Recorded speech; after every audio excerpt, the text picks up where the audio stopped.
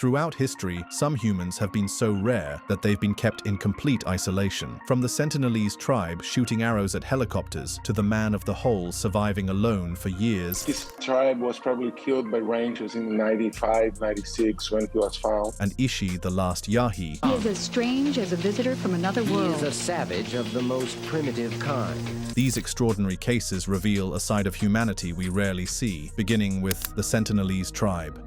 Deep in the Bay of Bengal lies North Sentinel Island, home to perhaps 150 individuals who have maintained complete isolation for tens of thousands of years. Their isolation isn't just geographical, it's aggressively enforced. These pre-Neolithic hunter-gatherers shoot arrows at anyone who dares approach their 60-square-kilometer sanctuary, making them literally untouchable by the modern world. The Indian government enforces a 5-kilometer exclusion zone around their island, treating the Sentinelese like a living museum exhibit that absolutely refuses to be displayed. And honestly, can you blame them? British colonial occupation decimated neighboring tribes, wiping out thousands, so their hostility makes perfect sense when you consider their neighbors' fate. Their isolation serves a deadly serious purpose. Contact with outsiders could literally kill them all through disease transmission. Without immunity to common pathogens like measles or flu, a single sneeze from a visitor could trigger their extinction. It's the ultimate social distancing policy, enforced with Stone Age weapons that prove remarkably effective against modern intrusions. The most famous breach of their isolation came in 2018 when American missionary John Allen Chau illegally approached the island to convert them. Spoiler alert, it didn't end well for Chau. The Sentinelese made their feelings about uninvited guests crystal clear with their traditional arrow-based diplomacy. The Sentinelese have repeatedly shown they want to be left alone. Their survival strategy demonstrates the effectiveness of complete non-engagement with modernity, maintaining cultural purity through generations of unwavering resistance. Each arrow fired serves not just as a weapon, but as a declaration of sovereignty, asserting their right to exist without external validation. While the Sentinelese maintain their isolation through sheer hostility, other isolated groups in the Amazon face different challenges to their seclusion. The Mashco Piro tribe. In Peru's Amazon rainforest, 600-800 Mashco Piro people live in voluntary isolation, but unlike the arrow-happy Sentinelese, their seclusion is increasingly fragile. These nomadic hunter-gatherers retreated deep into the forest headwaters about a century ago, fleeing the horrific violence of rubber plantation slavery that would make your worst job look like a spa retreat. La playa más o menos contábamos de 40 a 50 chocitas. ¿Qué hay un hueso de mono? Justo estamos acá, estamos entrando en la puerta, esta es la entrada. Mira el hueso de la cabeza.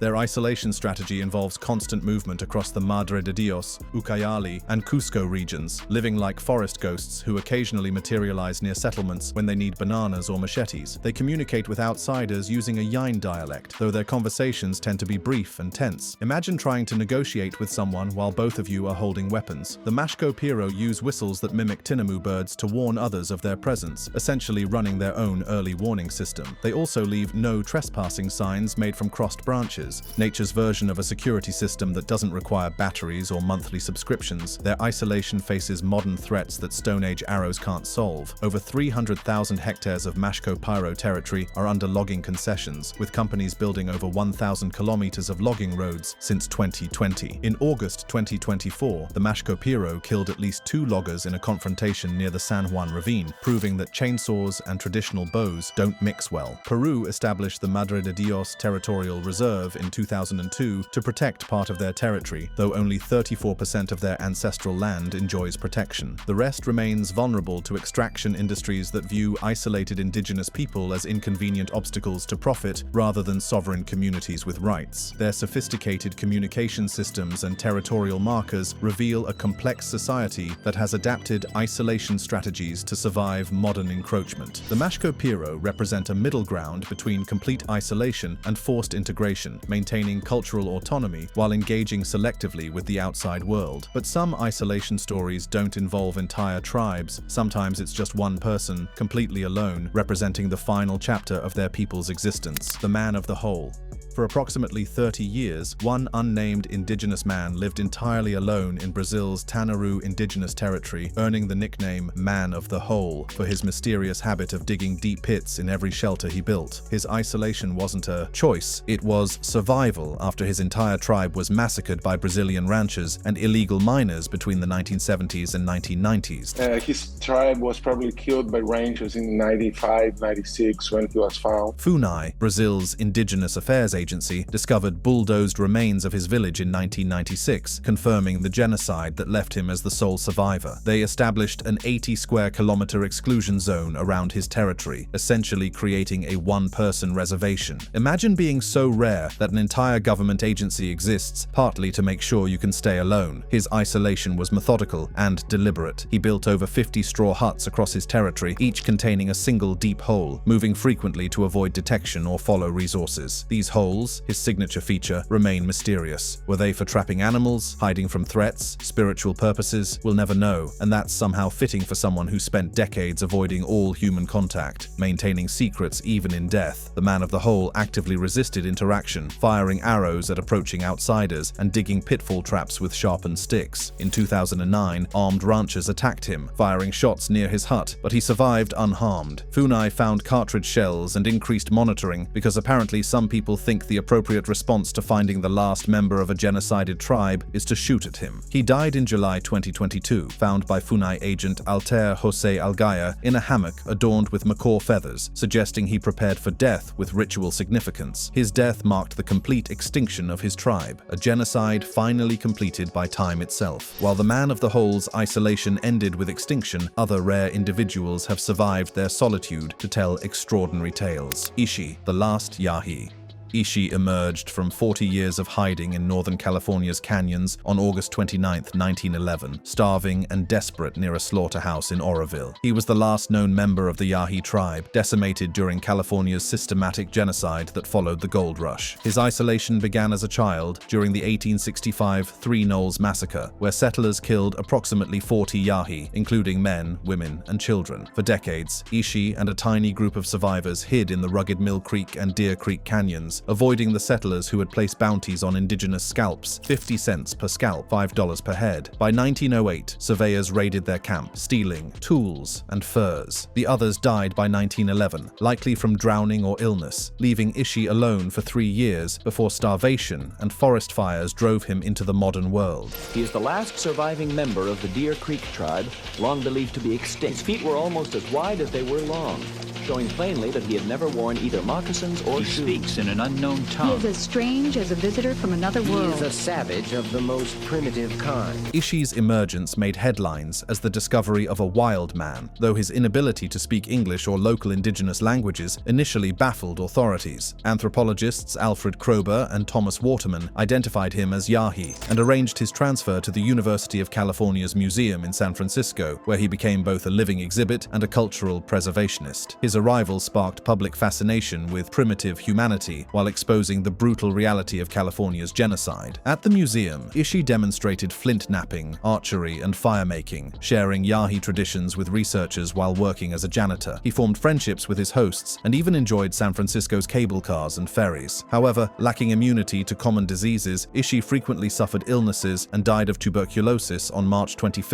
1916. Ishi's transition from complete isolation to urban life represents one of history's most dramatic cultural leaps, compressed into just 5 years of interaction with modernity. His willingness to share Yahi knowledge despite experiencing genocide demonstrates remarkable resilience and generosity of spirit toward the very people who destroyed his world. The contrast between his Stone Age skills and San Francisco's industrial environment highlighted humanity's diverse developmental paths. Unlike Ishi's tragic integration into modern society, some isolated individuals have chosen to remain completely separate from the outside world through religious devotion. Mihailo Tolotos, the monk who never saw a woman. According to newspaper reports from 1938, Mihailo Tolotos lived his entire 82 years on Mount Athos, Greece, without ever seeing a woman. Born around 1856 and allegedly orphaned 4 hours after birth when his mother died from labor complications, he was raised by monks in this unique all-male religious enclave where women have been banned for over 1,000 years. Mount Athos enforces the ancient Avaton rule, prohibiting women and female livestock to maintain spiritual purity poverty and celibacy among its 2,000 Orthodox monks. This 335 square kilometer peninsula operates as an autonomous monastic republic, accessible only by boat with special permits for men only. It's essentially a giant monastery island, where half of humanity is literally forbidden from setting foot. Tolotos' isolation was total. He never left Mount Athos, knew nothing of electricity, cars, or airplanes, and lived according to medieval monastic traditions. His daily routine involved pre-dawn prayers, manual labor in kitchens or vineyards, and contemplation in silence. Even the religious icons avoided female imagery, creating a completely woman-free visual environment that shaped his entire worldview from infancy to death. The story has skeptics, and honestly, they raise good points. Baby formula didn't exist in 1856, so how did an infant survive without female care like wet nurses? There were also rare breaches of the Avaton. In the 1920s, French historian Maris Choisy disguised herself as a sailor, and in 1930, Miss Europe 1926 Aliki Diplarico briefly infiltrated. Did Tolotos encounter them? We'll never know. Tolotos died in October 1938, with fellow monks holding a special funeral honoring him as the only monk who never saw a woman. Whether fact or monastery marketing, his story represents the extreme lengths some pursue spiritual isolation. Tolotos's alleged story raises fascinating questions about gender isolation's effects on human development and social understanding. If true, his complete separation from half of humanity would represent the most extreme form of gender-based isolation in recorded history. The Mount Athos environment created a parallel male universe operating under entirely different social rules than the outside world. His case highlights how religious institutions can create alternative realities that completely reshape human experience and perception. The practical impossibilities surrounding his infant survival suggest this story may be more legend than fact, possibly created to promote monastic ideals. Regardless of its veracity, Tolotos's tale illustrates humanity's capacity for extreme dedication to spiritual principles, even at tremendous personal cost. Speaking of extreme spiritual isolation, some families have taken religious separation to even more dramatic lengths, fleeing civilization entirely. The Lykov family, Siberian hermits.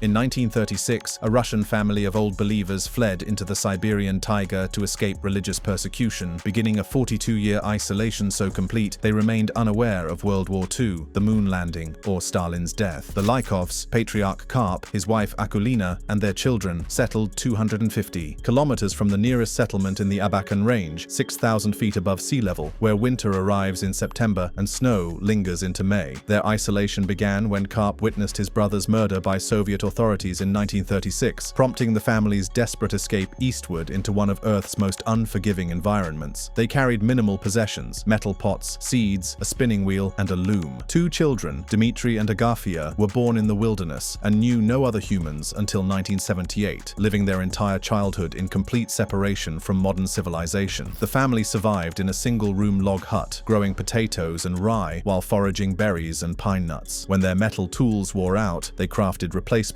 from wood and bark. In 1961, a June snowfall destroyed their crops, and Akulina starved herself to death to ensure her children's survival, a sacrifice that defines the brutal mathematics of extreme isolation, where every calorie becomes a life or death decision. Soviet geologists discovered them in 1978 when a helicopter pilot spotted their hut. The family was initially terrified, believing the strangers might signal divine punishment. Tragically, contact with the outside world proved fatal. In 1981, 3 family members died, likely from kidney failure caused by their harsh diet or diseases introduced by visitors. Only Agafia survived, continuing to live in the taiga as of 2024 at approximately 80 years old, rejecting urban life despite occasional medical treatments. She maintains the family's Old Believer faith and self-sufficient lifestyle, representing the last link to their extraordinary isolation story. The Lykov family's survival demonstrates humanity's remarkable adaptability when driven by profound religious conviction and mortal fear. Their complete disconnection from major historical events created a unique temporal displacement where their 1930s worldview remained frozen in time. The family developed their own calendar system and seasonal rituals adapted to their harsh environment, essentially creating a micro-civilization. Agafia's continued solitude after decades of potential rescue opportunities shows how deeply isolation can reshape human preferences and social comfort zones. Their story illustrates both the protective power of extreme isolation and its devastating costs to human health and longevity. The Lykovs became living time capsules, preserving Old Believer traditions in their purest form while paying the ultimate price for their faith. While the Lykovs isolated themselves for religious reasons, other groups have maintained separation for entirely different purposes, namely preserving their ancient way of life. The Khoisan, Africa's ancient isolates. The Khoisan peoples of southern Africa represent one of humanity's oldest populations, with genetic isolation stretching back 150,000–300,000 years. Their mitochondrial DNA haplogroup L0 is among the earliest human lineages, making them living representatives of our species' deep history. Until about 2,000 years ago, they remained largely separate from other African populations, creating a genetic time capsule of ancient humanity. This isolation wasn't just genetic, it was environmental and cultural. The Khoisan adapted to arid, low-rainfall regions unsuitable for Bantu agriculture, living as hunter-gatherers, San, and pastoralists, Khoikhoi, in areas like the Kalahari Desert. Their Click languages, completely unrelated to other African language families, reinforced their linguistic isolation from neighboring groups, creating communication barriers that maintained their distinct cultural identity. Colonial contact shattered their isolation catastrophically. Dutch settlers called them Hottentots and Bushmen, derogatory terms that mock their Click languages. Land seizures for farms displaced Khoikhoi herders, while smallpox outbreaks decimated populations lacking immunity. Many were enslaved or forced into farm labor, their traditional territories carved up for European settlement with no regard for their ancient occupation. Today, approximately 400,000 Khoisan live across southern Africa, primarily in Namibia, Botswana, and South Africa. Their isolation is now legal and social rather than geographic. South Africa's 1994 Land Restitution Act excludes most Khoisan claims because their dispossession predates the 1913 cutoff date. Their languages face extinction as younger generations adopt dominant languages, and their ancient rock art sites become tourist attractions rather than living cultural spaces. In June 2025, South Africa announced the reburial of 58 Khoisan ancestral remains taken during colonial times for racist studies. This repatriation effort represents a small step toward acknowledging their historical isolation and current marginalization. The Khoisan represent humanity's longest continuous cultural experiment, maintaining distinct societies across millennia of environmental and social changes. Their genetic isolation provides crucial insights into human evolution and migration patterns, making them invaluable to understanding our species' development. The Click languages contain some of the world's most complex phonetic systems, representing linguistic evolution paths completely separate from other language families. Their traditional ecological knowledge, developed over hundreds of thousands of years, offers insights into sustainable living in harsh environments. The Khoisan's current marginalization demonstrates how ancient peoples can become strangers in their own lands through colonial displacement. Their story connects humanity's deepest past with contemporary struggles for indigenous rights and cultural preservation, bridging vast temporal and social distances. Unlike the ancient isolation of the Khoisan, some individuals have chosen isolation for scientific purposes, pushing the boundaries of human endurance. Michel Siffre, the cave hermit.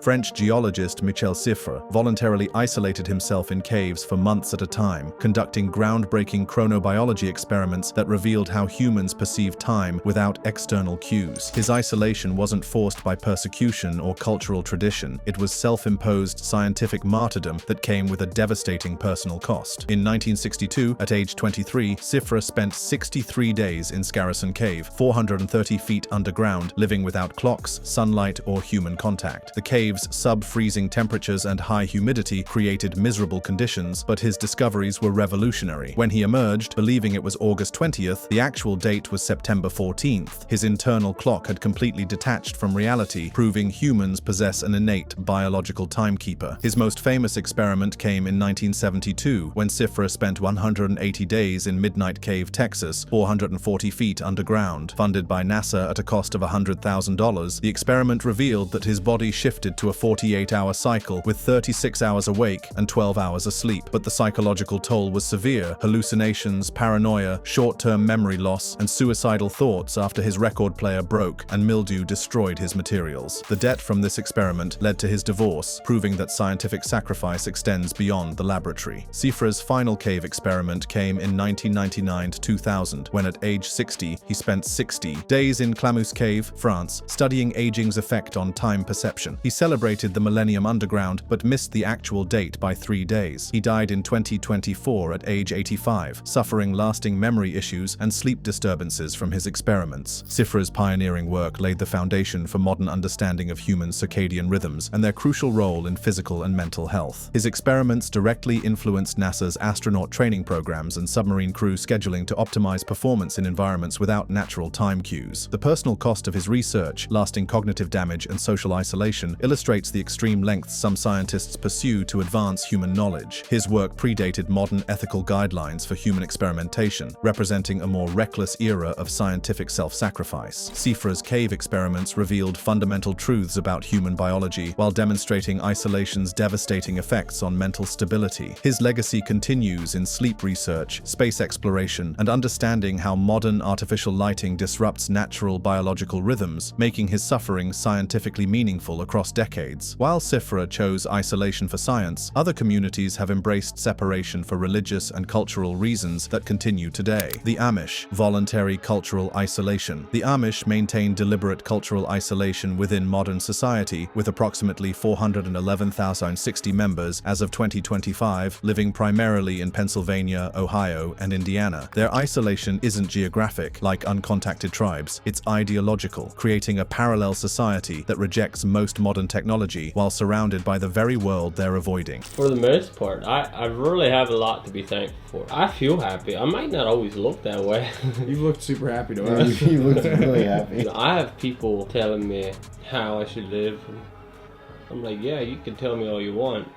It's still my life. I'm gonna live. Originating from 16th century Anabaptist persecution in Europe, the Amish developed their isolation as spiritual protection. Their Gelassenheit philosophy emphasizes submission to God's will and separation from worldly influences. They fled to North America in 2 waves during the 1700s and 1800s, seeking religious tolerance and fertile farmland where they could practice their faith without interference from state authorities or mainstream religious institutions. Their isolation mechanisms are fascinating and comprehensive. The Ordnung, an oral code governing behavior, prohibits grid electricity, car ownership, internet access, and higher education beyond 8th grade. They travel by horse and buggy, use kerosene lamps, and communicate in Pennsylvania Dutch, creating multiple barriers between themselves and mainstream society. When members violate these rules, they face Meidung, shunning, social boycott that can include family members refusing to eat at the same table. Their genetic isolation, stemming from a small founding population of about 200 families, has created unique health challenges. Intermarriage within communities has led to rare recessive disorders like Cohen syndrome and Ellis-Van Creveld syndrome, making them valuable subjects for genetic research while highlighting isolation's biological costs. This genetic bottleneck effect demonstrates how cultural choices can have lasting biological consequences. Despite modern pressures, the Amish population doubles every 20 years, with retention rates of 85–90% even after Rumspringa, the period when youth can explore the outside world. Rising farmland costs have pushed many into wage labor, but they prefer Amish-owned businesses to limit outsider contact. Their success proves that voluntary isolation can thrive within modern society. From religious communities choosing separation, we turn to individuals whose isolation was driven by philosophical conviction and agricultural innovation. Masanobu Fukuoka, the natural farming hermit. Japanese farmer and philosopher Masanobu Fukuoka deliberately isolated himself on his family's farm in Shikoku, developing natural farming methods that challenged modern agriculture through minimal human intervention. His isolation wasn't dramatic like cave experiments or religious persecution. It was a quiet retreat from conventional society that produced revolutionary agricultural insights that would influence farming practices worldwide. Born in 1913, Fukuoka trained as a microbiologist before experiencing a spiritual awakening in 1937. After contracting severe pneumonia, he had a profound realization during recovery. All human knowledge is empty, and modern agriculture's mechanistic approach was fundamentally flawed. He resigned from his scientific career and returned to his family's rural farm to experiment with what he called do-nothing farming, rejecting conventional wisdom about cultivation. His isolation allowed him to develop 4 revolutionary principles: no tillage, no chemical fertilizers, no weeding by tools, and no pesticides. His farm operated like a forest ecosystem, using clover ground cover, straw mulch, and clay seed balls to maintain soil fertility naturally. By the